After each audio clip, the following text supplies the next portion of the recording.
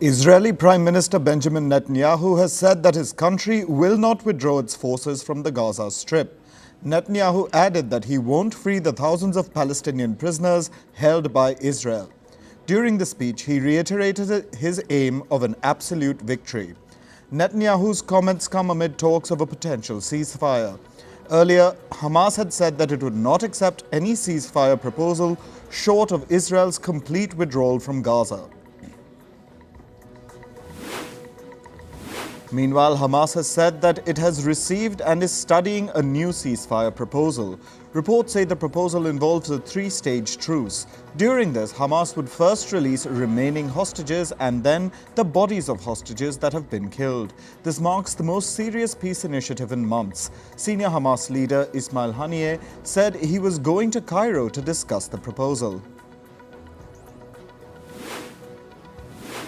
At least 11 people, including 4 children, were killed in an Israeli strike yesterday. Israeli strikes hit a residential building in the central Gazan city of Deir al-Balah. The dead and the wounded were taken to the nearby Al-Aqsa Martyrs Hospital. According to Gaza's health ministry, the death toll in the region has crossed 26,000 and more than 65,000 have been wounded. Disguised Israeli forces killed 3 people in a hospital in the occupied West Bank yesterday. Footage shows members of an undercover unit disguised as medics and other civilians. The Israeli military said that one of those killed was about to carry out an attack. Hamas has claimed one of the dead as a member. Meanwhile, the allied faction, Palestine Islamic Jihad, claimed the other 2. The World Health Organization has called on countries to resume their funding for the United Nations Relief and Works Agency for Palestine refugees. The UNRWA said that it would not be able to continue operations beyond February if funding is not resumed. Several countries stopped funding the agency after allegations by Israel that some of its staff were involved in the October 7th Hamas attack. Russian attack drones hit civilian targets in Ukraine's second-largest city, Kharkiv, yesterday. 3 people were injured in the attack. It also triggered a fire and caused damage to apartment blocks and infrastructure. The Indian Navy rescued 2 Iranian fishing vessels that had been hijacked by Somali pirates this week. The INS Sumitra patrol vessel rescued 17 Iranian crew members aboard one boat early on Monday. It responded to another distress call to free 19 Pakistani nationals on another vessel. Since last month, Somali piracy has seen a resurgence in the Indian Ocean. This is following years without a major attack.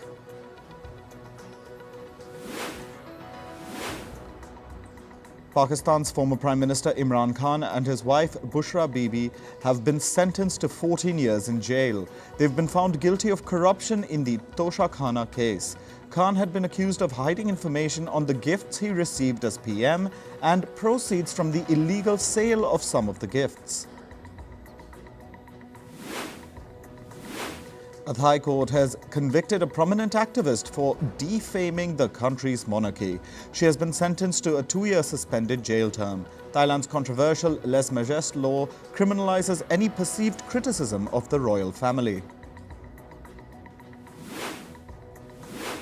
In Sri Lanka, about 10,000 protesters joined a demonstration called by the main opposition United People's Power Party. They were protesting against the country's high cost of living. Sri Lanka's opposition leader Sajith Premadasa joined the protesters. In 2022, Sri Lanka declared bankruptcy after defaulting on its foreign debt. Ever since, the island nation has been facing a dire economic crisis.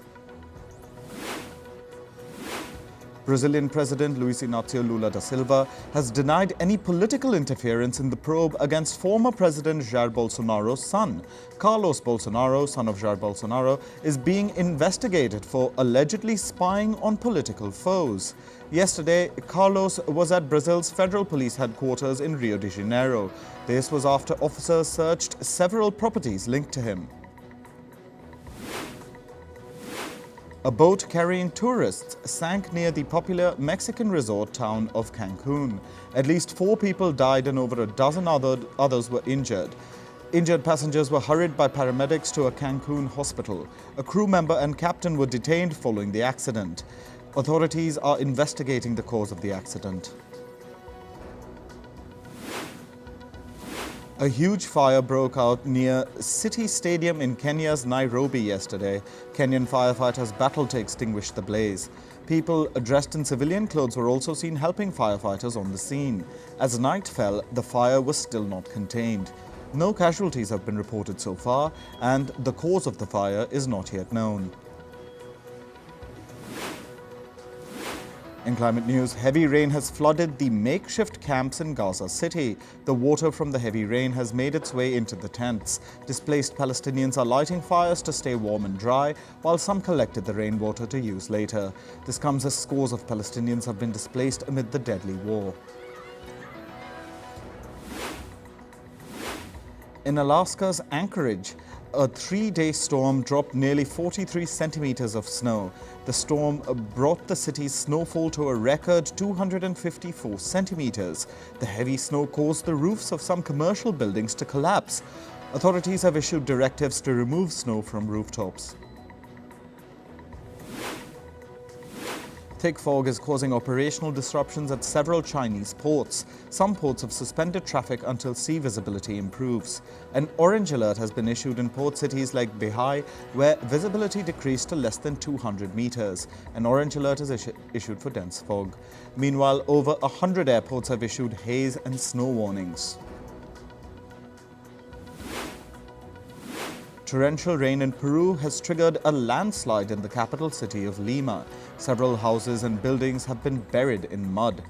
Locals are using shovels to dig ditches to divert the floodwater from near their houses.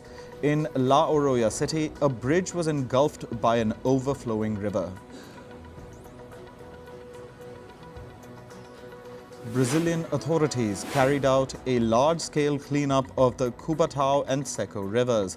This was after a truck accident caused a toxic chemical spill in the water bodies. Workers removed barrels of acid from the accident site. The Seco River supplies water to the southeast Brazilian city of Joinville. South African authorities are trying hard to control a wildfire raging near Cape Town. The fire began on the 29th of January, fueled by hot and dry weather. Residents of nearby coastal towns were evacuated by authorities. Out of 6 wildfires that broke out, firefighters have managed to extinguish 4. In 2023, Greece set a new record for wind, solar and hydroelectric energy output. Last year, 57% of Greece's energy output was produced by renewable and hydroelectric plants. The rest was produced from oil, gas and coal. That is according to the country's power grid operator. Greece has shut down most of its coal-fired power plants to phase out coal by 2026. On to business and tech news. The International Monetary Fund has raised India's GDP forecast for 2024 to 2025 to 6.5%. The IMF expects India's economy to remain strong for the next couple of years. The upward growth revision comes ahead of the country's interim budget. The Indian government will present its budget in Parliament tomorrow. Earlier, an Indian Finance Ministry report said that the growth rate in the next financial year may be close to 7%. Meanwhile, the IMF has also raised its global growth forecast for 2024. The upgrade is based on greater resilience in the US economy. The agency also noted that inflation is falling faster than expected in most regions. However, the IMF has called on China to come clean on how it plans to address its property woes. American courier firm United Parcel Service, or UPS, is planning to cut 12,000 jobs this year. The move aims to save $1 billion for the company. This comes after UPS ratified a contentious contract with labor unions last year. The contract offered higher pay to its employees. Payments firm PayPal is reportedly planning to cut about 2,500 jobs this year. This is about 9% of the company's global workforce. The laid-off employees are expected to be notified by the end of the week. Canadian crude pipeline operator Enbridge is laying off 650 workers. This represents 5% of the company's 12,000 workforce. The company said that the cuts will begin in February and will be completed by March 1st. Enbridge operates North America's biggest oil pipeline network. A United Airlines executive has blamed the Boeing accident on a lack of skilled workers in the aviation sector. The airline's executive vice president has said that there is a widespread shortage of skilled workers after COVID-19. That is because most senior officials have retired and not many are joining the industry. Earlier this month, a door panel blowout incident raised safety concerns regarding Boeing's 737 MAX jets. A U.S. judge has nullified Elon Musk's $56 billion pay package from Tesla. The Delaware court called the compensation quote-unquote unfathomable and unfair to Tesla shareholders. Musk's 2018 pay package was reportedly the largest compensation plan in corporate history. Alphabet has reported lower than expected advertising revenue in the fourth quarter. Google's parent company reported ad revenue of over $65 billion. This is lower than analysts' expectations of $66 billion. Alphabet's shares fell 4% following the result announcement. Alphabet is facing tough competition for ad funding as it competes with Facebook, Instagram, and other online platforms.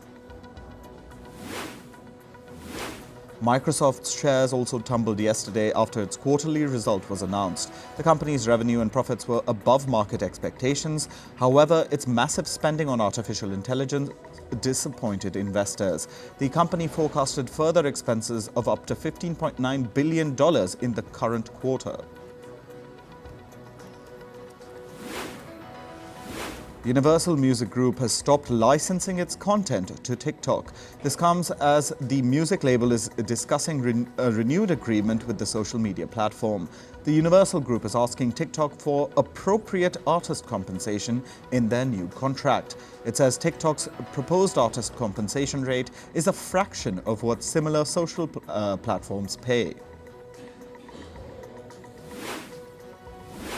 On to the world of sports, we begin with cricket. India recorded another thrilling win at the ICC Under-19 Men's Cricket World Cup. The former champions dominated New Zealand, securing a resounding 214-run win in their opening match of the Super 6 stage. The star of the match was batter Bushra Bibi, who scored his second century of the tournament. Soumya Pandey was also at his best with his left arm spin, picking up 4 for 19.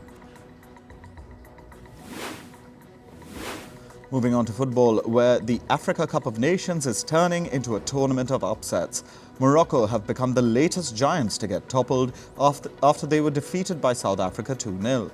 Both goals for South Africa came in the second half, and Ashraf Hakimi missed a penalty for the Atlas Lions. In the Asian Cup, South Korea came back from the dead to beat Saudi Arabia 4-1 penalties, entering the quarterfinals. Second-choice goalkeeper Jo Hyun-woo was the hero for South Korea for saving penalties in the shootout. South Korea will now face Australia in the last 8. Arsenal climbed to second in the Premier League with a 2-1 win against Nottingham Forest. Goals from Gabriel Jesus and Bukayo Saka maintained the Gunners' title push. This was Arsenal's first away win since December, taking them to within 2 points of Liverpool. They will now clash with the leaders at home on Sunday. According to a report published by FIFA, football clubs worldwide spent a record $9.63 billion on international transfers in 2023. This surpassed the previous record set in 2019 by more than $2 billion. The latest figure represents a 48.1% increase compared to 2022, when transfer spending began to climb up again after 2 years of belt tightening due to the COVID-19 pandemic. In the NBA, the Boston Celtics held off a ferocious second-half rally to beat the Indiana Pacers 129-124. The Eastern Conference leading Celtics cruised into the lead, bolstered by the return of Tyrese Halliburton. After a brief comeback by the Pacers in the third quarter, the Celtics regained control in the fourth and bagged the victory. The NBA's all-time three-point leader and Golden State sharpshooter Stephen Curry and women's NBA one-season three-point record holder Sabrina Ionescu will meet in a showdown at the NBA All-Star Weekend. The three-point challenge will be contested on February 17th when Curry faces Ionescu's deadly accuracy from beyond the arc. On to golf. Rory McIlroy says PGA Tour triumphs at venues such as Pebble Beach and Riviera will be devalued in the absence of two-time major winner Jon Rahm, who defected to LIV Golf. The four-time champion added that it's more important to complete a merger between LIV and PGA Tour than it is to sort out punishments for defectors. In tennis, Italy's Jannik Sinner is still soaking in his Australian Open victory. The Grand Slam winner was welcomed by Italian Prime Minister Giorgia Meloni after landing in Rome. Sinner is the first Italian to win a tennis Grand Slam trophy in 48 years. On Sunday, he beat Russia's Daniil Medvedev to win the Australian Open. Four NHL players have been charged over their involvement in an alleged 2018 gang rape when they were part of Canada's junior national ice hockey team. The players charged include New Jersey Devils duo Michael McLeod and Cal Foote, along with the Philadelphia Flyers goaltender Carter Hart. Calgary Flames forward Dylan Dubé was also charged. In entertainment news, Elon Musk's X, formerly known as Twitter, has restored the search results for Taylor Swift. The platform banned searches for Swift after explicit fake pictures of her went viral. X executives called the ban a cautionary measure. According to reports, members of the rock band B2 detained in Thailand might be deported to Russia. They were arrested last week after a concert for reportedly not having the right paperwork. The band members, who have been critical of Moscow's war in Ukraine, might face arrest or worse if sent back to Russia. The band, which originated in Belarus, is one of the most successful in Russia. Stray Kids, a South Korean boy band, will headline the British Summertime Festival this year. The group says it will be an honour to perform for the first time at a UK festival. The British Summertime Festival is a series of concerts held annually in London's Hyde Park. American singer and songwriter SZA will be performing at the Grammy Awards this year. She's also the top nominee this year with 9 nominations in the bag. Artists like Joni Mitchell, Dua Lipa and Luke Combs will perform as well. The 66th Annual Grammy Awards will take place on the 4th of February. Legendary singer Bob Marley's family feels that his biopic will revive his legacy. Marley's son Ziggy hopes that his father's message of One Love spreads through the film. The biopic, titled Bob Marley One Love, will hit theatres on the 14th of February. The film has been produced by his wife and children, along with Brad Pitt as the executive producer. According to reports, HBO is working on a limited series based on Gillian Flynn's novel Dark Places. Flynn will also work as the project's co-creator, writer and co-showrunner. The story revolves around intense poverty and satanic cult hysteria that swept through the US in the 1980s. Actor Keke Palmer will be seen in the upcoming comedy film Good Fortune. She has joined the star-studded cast alongside Keanu Reeves and Seth Rogen. The film is currently under production in Los Angeles.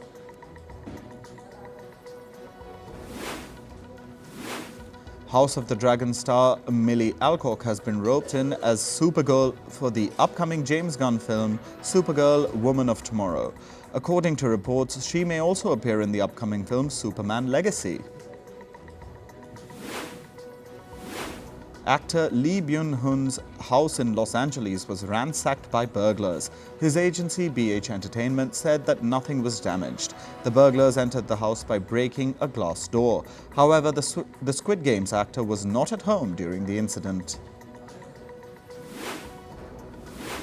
American actor and singer Chita Rivera has passed away at the age of 91. She was a musical theatre veteran and multiple Tony Award winner. She is survived by her daughter, Lisa Mordente.